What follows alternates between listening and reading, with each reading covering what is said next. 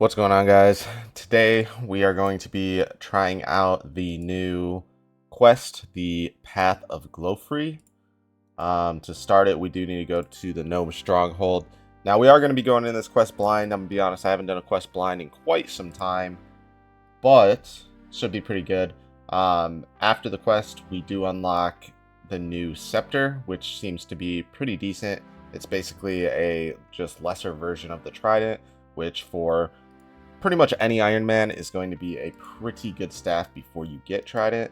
Now, an Ivan staff, if you have the money for the runes, is still going to be better until you are about 81 or so magic. And then it'll start, the DPS will actually start to be a little bit better for the Scepter. So, pretty cool that they added something like that back into the game. And then also unlocked Warped, I believe, Tortoises and Terror Birds, which that could be kind of cool. It'll be interesting to see what those drop tables look like. Now, for this quest, requirements are Eyes of Glouphrie, Tree Gnome Village, Waterfall Quest, 60 Strength, 56 Slayer, 56 Thieving, 47 Range, and 45 Agility. Combat level 60. So, not too hard of a quest.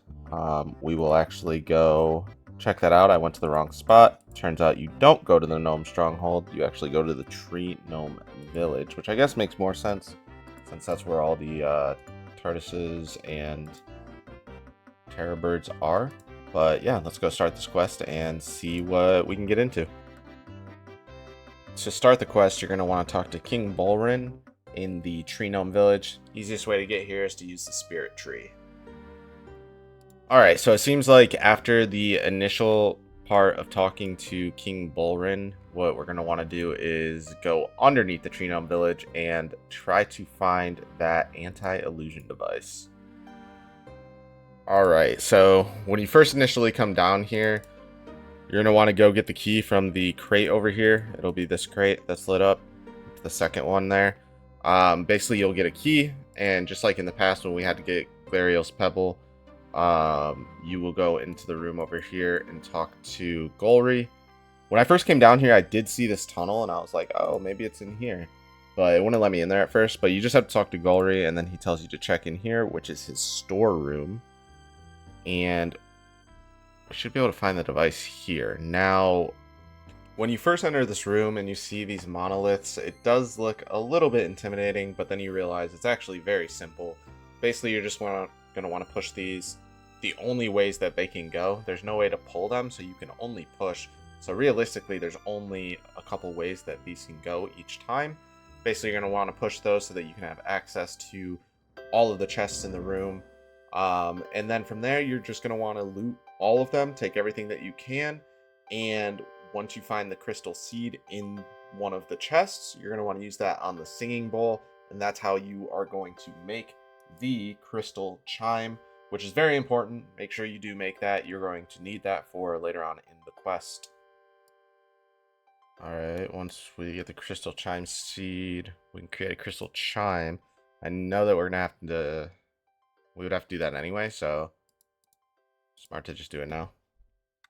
When you walk through the door, you will find a lectern off to the left. If you search the lectern, you will be given a few cinematic backstories. They're not as important for the quest itself, but they are pretty cool lore, pretty cool little cutscenes to watch. So if you're interested in that type of stuff, watch those. Like I said, I don't think that it's necessary to complete the quest, but if you want to just be sure, you can watch through it. Now, this next part is pretty tricky. If you did Eyes of Glouphrie, which I assume you did, but if you remember, this part can be a little tricky. Basically, what you want to do is the top part there, I had to find one piece that equaled the value of the violet circle and the yellow triangle, which equals 16. So the only thing that can actually equal that is the green square on its own. And then the second thing I had to find were two different pieces that equaled the indigo pentagon, which was 30 points. Now, with it being 30 points, there might have been a couple options, but I knew that I just need to get two pieces that added up to 30, so I opted for the yellow pentagon and the blue triangle. I will put up the value chart so that you can kind of get an idea of how to go about doing this. But basically, all of the pieces that they give you will be enough to get you what you need to complete this part of the quest. You may just have to exchange a few times and do a little bit of math to figure out which pieces you're going to go for. After this part of the quest, you're going to want to go back to the Tree Gnome Village and kill the evil creature, and that will be it. After that, talk to King Bolrin. Alright, after speaking to King Bolrin after disposing of the evil creature, we need to go find Luft Tian Jr. at the Grand Tree. It's probably one of the cooks or so, I would assume. Alright, so then you'll find him on the second floor near the bakery.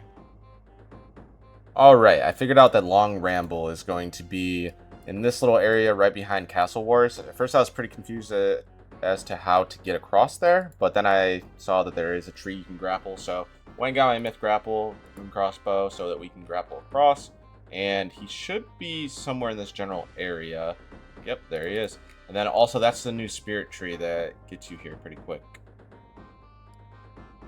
Alright, after talking to Long Ramble, I went and spoke to the spirit tree, and now I believe Hazelmere is trying to figure out why the connection was broke, and hopefully we can get the spirit tree back up.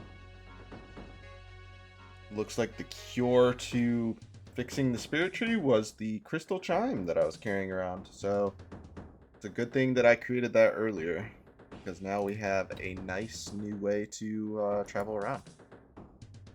Okay, for this next part here, you are going to want to make sure you are fully geared and have a decent amount of food. These things in here do hit pretty hard, and there is a point in the dungeon where you do have to fight. Once you enter the dungeon, just continue running all the way to the back until you get to a little room that has a secure door in it. Once you get in there, you are going to have to fight 3 level 138 terror birds. It isn't too bad as long as you isolate them. To make this part a little easier so that I wasn't tanking 3 at a time, I basically got them trapped behind the pillar 1 at a time and just 1v1 them. After completing that fight, you are going to get a cutscene where basically the terror bird guards freak out, hit the button, and then they basically gas the place and you almost die. But you are saved by Hazelmere, and that is pretty much the end of the quest. After being saved by Hazelmere, that will be the end of the quest. The cool thing about this quest is all of the rewards come on XP lamps, so if you are a pure that doesn't want to get any sort of XP, then you don't actually have to take the lamps. But this quest was pretty easy, not too bad at all. The new area should be pretty cool. I'll probably spend some time there on my Ironman trying to unlock the new scepter. I think it's going to be a pretty great addition to the game. If you guys enjoyed this video, drop a like, drop a sub, drop a comment. Hopefully it was pretty easy for you guys to follow. It didn't take too long, but there were a couple things I kind of had to figure out. But I appreciate you guys if you made it this far. Again, thank you for watching. Check out my Iron Man series as well, and I will see you guys in the next video. Peace.